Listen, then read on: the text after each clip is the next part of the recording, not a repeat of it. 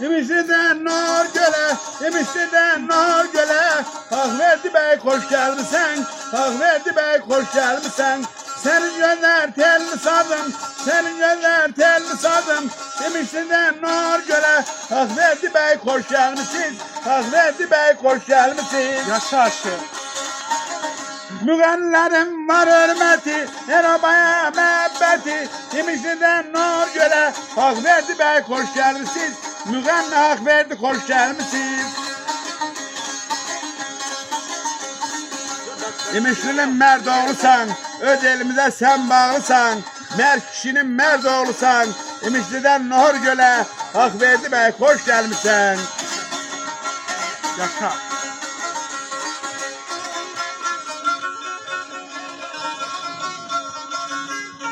Harap.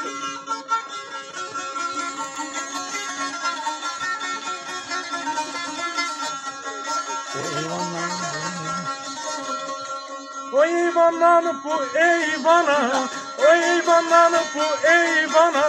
Ne bakırsan yana yana, gelelim sen yana yana. Yar beni saldın ofsuna, yar beni saldın ofsuna. Senden ayrıla bilmirem, yardan ayrıla bilmirem. Ay kara kara, ay kara göğüs.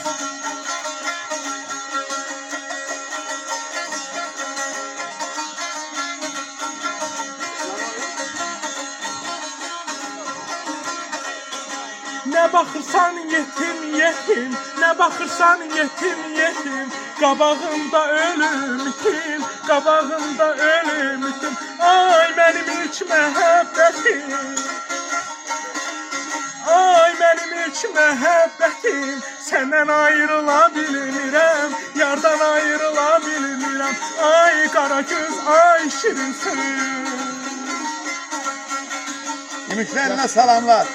Yaxşı istirahat Sağ sizlərə. olasın. Müəllimin adını demədim. İlhan. İlhan bu sədə.